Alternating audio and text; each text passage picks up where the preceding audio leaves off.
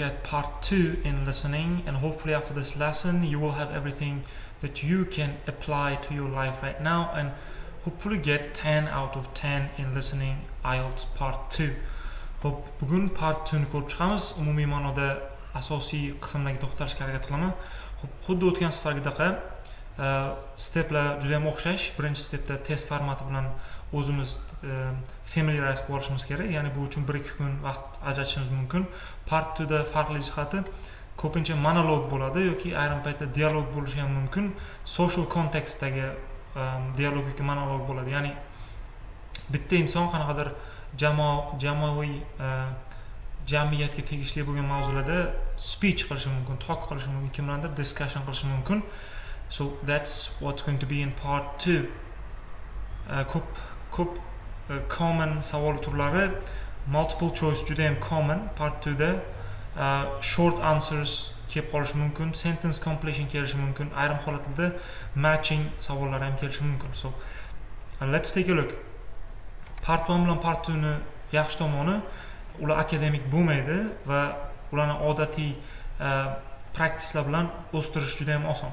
Bunga yana to'xtalaman darsda oxirida. Xo'p, let's continue. Step 2 is improve listening skills. We talked about it last lesson.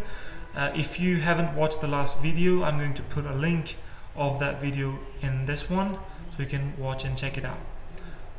Oxirgi videoda aytib o'tgandek bir narsalarni bunga to'xtalib o'tirmayman. Linkini qoldirib ketaman, tomosha qilishingiz mumkin. Xo'p, podcast ishlatishimiz mumkin, audiobook, TED Talks'larni eshitgan holatda o'stirishimiz mumkin buni. Xo'p, eng asosiy narsa bu yerda yana bitta narsadan bittasi accent. Accent juda ham muhim part 2da, chunki ayrim holatlarda boshqacha accent kelib qoladi. Masalan, kamyob holatlardan bittasi Scottish accent ishlatilgan holatlar bo'lgan. Shuning uchun familiarize bo'lishimiz kerak accentlar bilan. So active listening is important, as last time we talked about. Taking notes, of course, writing down the main ideas and key points, that's a very important thing. And then practicing with real authentic IELTS materials for 2-3 weeks. That's also very important. We talked about it last lesson as well, so I'm not going to talk about it too much. Now, another thing is develop note-taking skills. Also, we talked about last lesson. 1 week, I also explained what you should do in this particular practice. So next one is focus on vocabulary and context. This one is very important and very different from part 1. Part 1 dan farqli jihati eng katta qismi shu yerda lug'atlar, ya'ni turli xil jamiyatga tegishli bo'lgan mavzularda lug'atlar bilan o'zimiz tanish bo'lib olishimiz kerak va kontekstlarni tushunishimiz kerak. Ya'ni qanaqadir reference bo'layotgan bo'lsa tushuna olishimiz kerak shu narsani. So I will give you some resources to work with those as well. And taking mock tests, it takes like 1 to 2 weeks. Bu praktikani o'tgan safar ham aytgandim. Agar to'liq tushuncha mavjud bo'lmasa hali buni keyinroq olib qo'yish mumkin.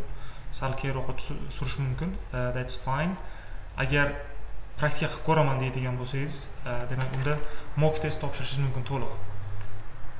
1 to 2 weeks. Now then, final review and relaxation. Again, we talked about it last lesson. As I said before, relaxation can be very important for kind of reinforcing what you have learned. O'rgangan narsalarni mustahkamlash uchun muhim bo'lishi mumkin. O'tgan safar aytish esimdan chiqib qoldi. Demak, bu faylni oxirida, faylni Telegram kanalida topishingiz mumkin. Faylni oxirida some resources qoldirganman. Authentic resources, so you can use to practice these things. So there are resources here. I'm not going to talk about them right now. It's not super important at this point.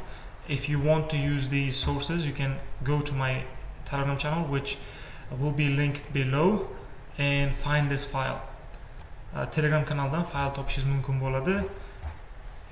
Hozircha shu aytadigan narsam bor. Demak, bitta muhim narsa, keyingi safardan boshlab, keyingi videolarimizda alohida savol turlarini alohida tushuntirib o'tishga harakat qilaman. Sababi part 3 bilan part 4, ya'ni 3-4 qismlardagi savollar akademik mavzularda bo'ladi. Ular turlari juda ham ko'p. Shuning uchun alohida to'xtalgan ma'qul. Hozircha part 1, part 2 straightforward. Tushunish qiyin emas va o'stirish qiyin emas. Aytilgan tavsiyalarga amal qilsangiz, kundalik ravishda practice qilib borsangiz 10 tadan 10 ta ishlash muammo emas. Ikkinchi muhim narsa vaqt. Vaqt juda ham muhim narsa hisoblanadi. Bir kunda 10 ta test qilib turib, bir oy hech narsa qilmagandan ko'ra, har kuni bitta test qilgan ancha foydaliroq hisoblanadi. So consistency, what you call. So that is it for today, guys.